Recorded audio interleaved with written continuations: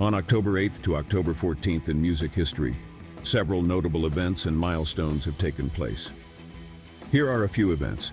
Like and subscribe for more music history. 1.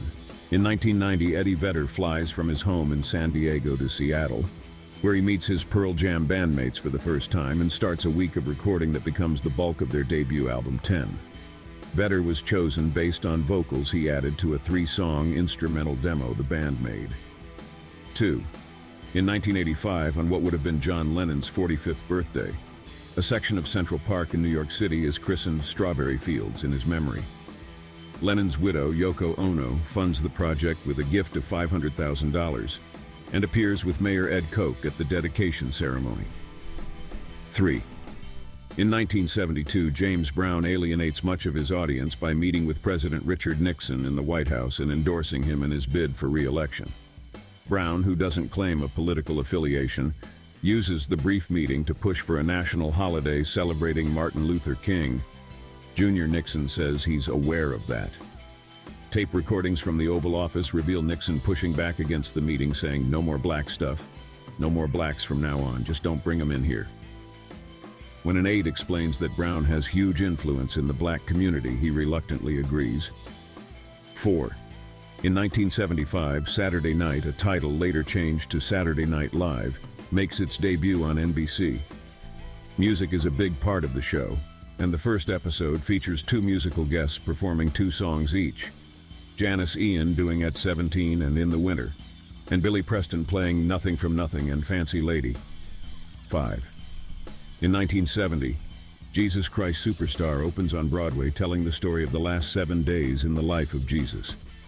Andrew Lloyd Webber and Tim Rice starting working on the show about 6 months after completing their original 30-minute version of Joseph and the Amazing Technicolor Dreamcoat, also a Bible story. MCA Records insisted on a single before they would pay for an album and stage production, so the duo wrote Superstar, which was recorded by Murray Head.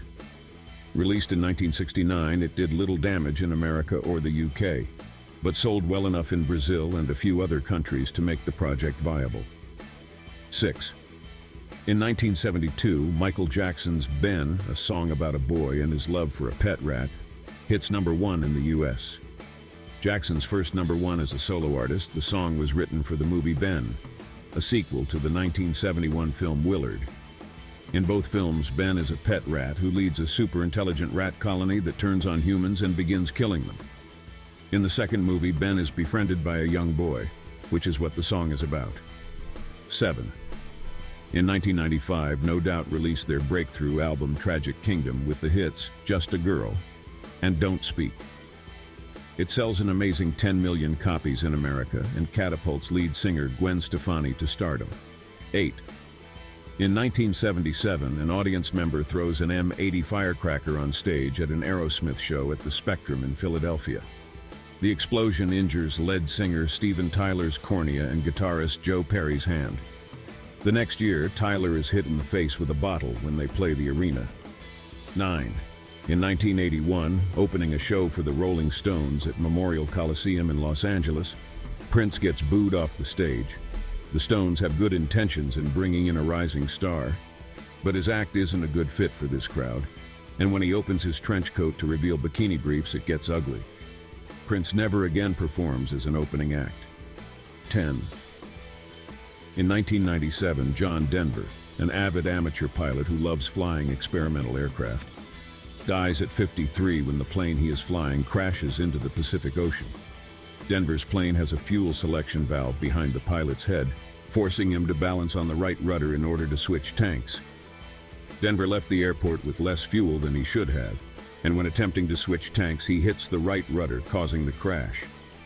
Denver was the aircraft's sole occupant. 11.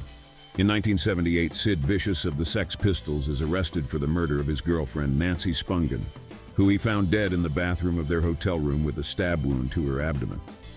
Vicious dies of a heroin overdose before he can be tried for the murder. 12. In 1991, Soundgarden's second album for A&M Records, Bad Motorfinger, is released. Its arrival neatly coincides with the uprising of grunge. Nirvana's Nevermind was released 2 weeks earlier, and Pearl Jam's 10 was issued on August 27th, and serves as the group's commercial breakthrough.